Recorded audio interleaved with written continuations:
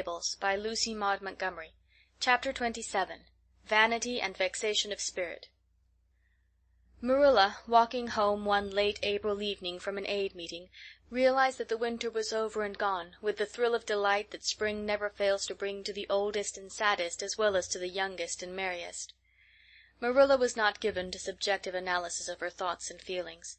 She probably imagined that she was thinking about the aids and their missionary box and the new carpet for the vestry room, but under these reflections was a harmonious consciousness of red fields smoking into pale purply mists in the declining sun, of long sharp-pointed fir shadows falling over the meadow beyond the brook, of still crimson-budded maples around a mirror-like wood-pool, of awakening in the world and a stir of hidden pulses under the gray sod.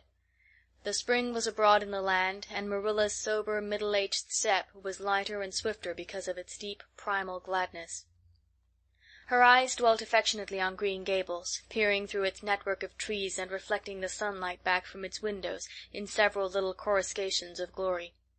Marilla, as she picked her steps along the damp lane, thought that it was really a satisfaction to know that she was going home to a briskly snapping wood fire and a table nicely spread for tea, instead of to the cold comfort of old aid-meeting evenings before Anne had come to Green Gables. Consequently, when Marilla entered her kitchen and found the fire black out, with no sign of Anne anywhere, she felt justly disappointed and irritated. She had told Anne to be sure and have tea ready at 5 o'clock, but now she must hurry to take off her second-best dress and prepare the meal herself against Matthew's return from plowing. "I'll settle Miss Anne when she comes home," said Marilla grimly as she shaved up kindlings with a carving-knife, and with more vim than was strictly necessary. Matthew had come in and was waiting patiently for his tea in his corner. "She's gadding off somewhere with Diana, writing stories or practicing dialogues or some such tomfoolery, and never thinking once about the time or her duties. She's just got to be pulled up short and sudden on this sort of thing. I don't care if Mrs. Allan does say she's the brightest and sweetest child she ever knew. She may be bright and sweet enough, but her head is full of nonsense, and there's never any knowing what shape it'll break out in next. Just as soon as she grows out of one freak she takes up with another. But there, here I am saying the very thing I was so riled with Rachel Lynde for saying at the aid today. I was real glad when Mrs. Allan spoke up for Anne, for if she hadn't, I know I'd have said something too sharp to Rachel before everybody.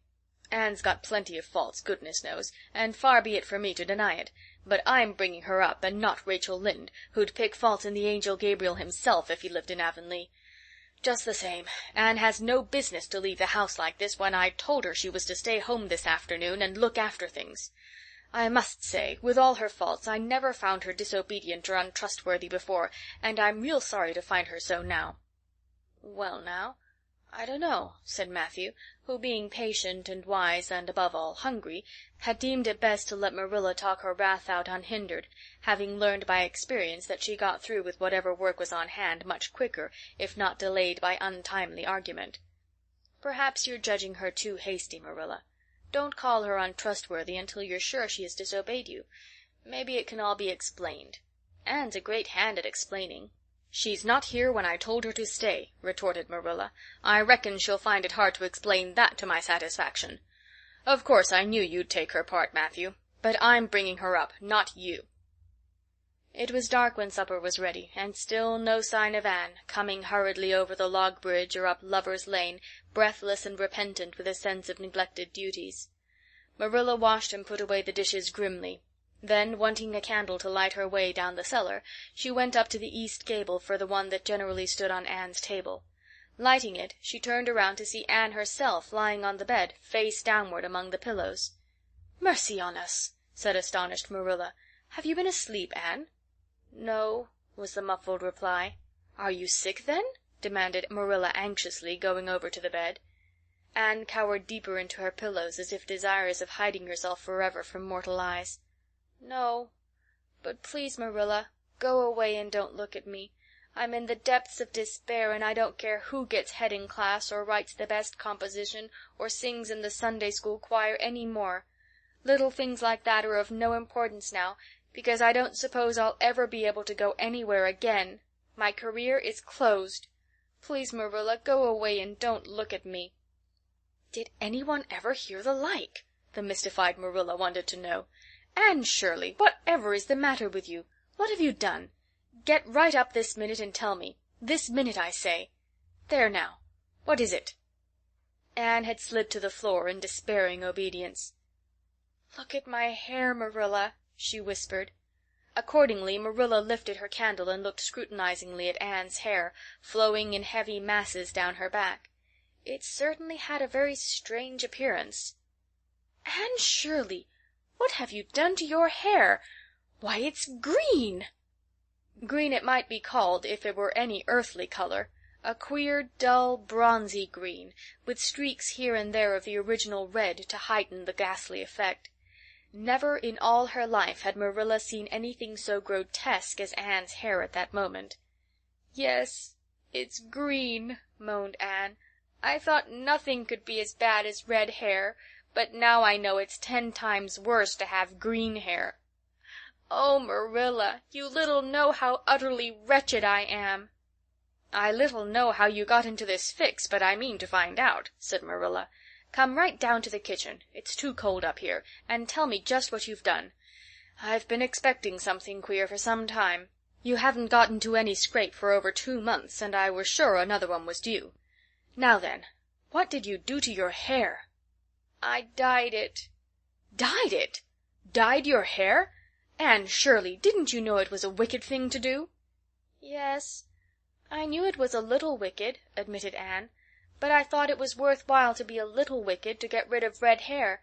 I counted the cost, Marilla. Besides, I meant to be extra good in other ways to make up for it."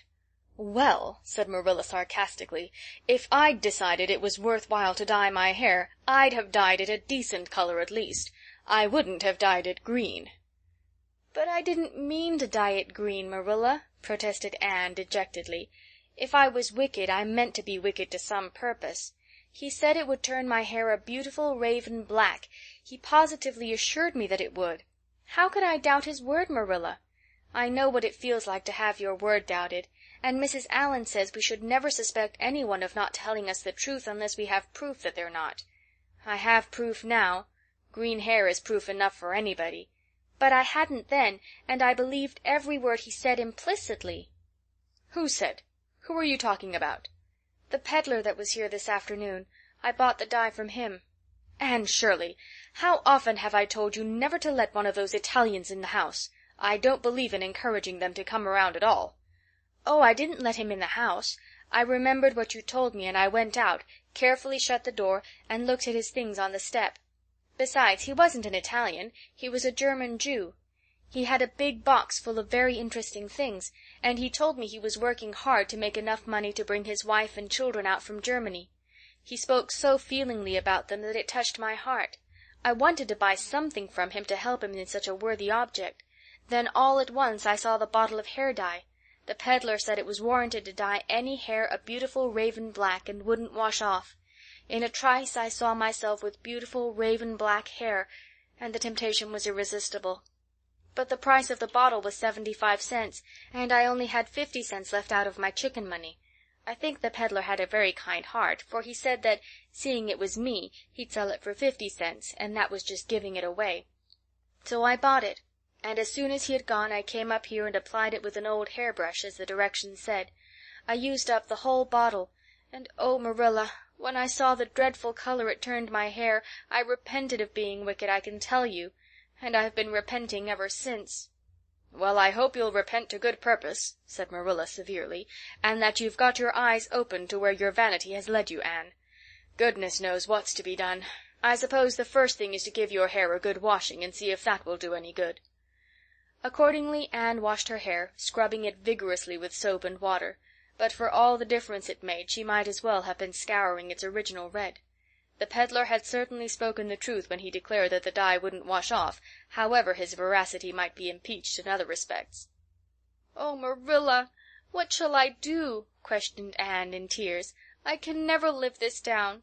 People have pretty well forgotten my other mistakes, the liniment cake and setting Diana drunk and flying into a temper with Mrs. Lynde, but they'll never forget this. They will think I'm not respectable. Oh, Marilla, what a tangled web we weave when first we practice to deceive. That is poetry, but it is true. And oh, how Josie Pye will laugh. Marilla, I cannot face Josie Pye. I am the unhappiest girl in Prince Edward Island." Anne's unhappiness continued for a week. During that time she went nowhere, and shampooed her hair every day. Diana alone of outsiders knew the fatal secret, but she promised solemnly never to tell, and it may be stated here and now that she kept her word. At the end of the week Marilla said decidedly, "It's no use, Anne. That is fast dye if ever there was any. Your hair must be cut off. There is no other way. You can't go out with it looking like that." Anne's lips quivered, but she realized the bitter truth of Marilla's remarks. With a dismal sigh she went for the scissors. "Please cut it off at once, Marilla, and have it over. Oh, I feel that my heart is broken. This is such an unromantic affliction.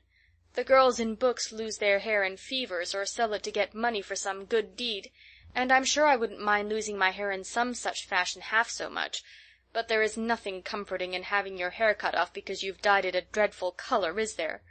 I'm going to weep all the time you're cutting it off, if it won't interfere. It seems such a tragic thing." Anne wept then, but later on, when she went upstairs and looked in the glass, she was calm with despair. Marilla had done her work thoroughly, and it had been necessary to shingle the hair as closely as possible. The result was not becoming, to state the case as mildly as may be. Anne promptly turned her glass to the wall. "I'll never, never look at myself again until my hair grows," she exclaimed passionately. Then suddenly she righted the glass. "Yes, I will too.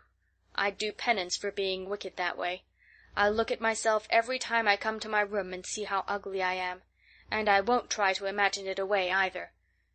I never thought I was vain about my hair of all things, but now I know I was, in spite of its being red, because it was so long and thick and curly. I expect something will happen to my nose next."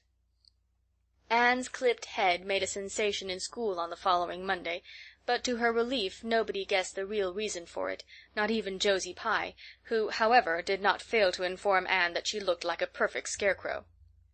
"I didn't say anything when Josie said that to me," Anne confided that evening to Marilla, who was lying on the sofa after one of her headaches, "because I thought it was part of my punishment, and I ought to bear it patiently.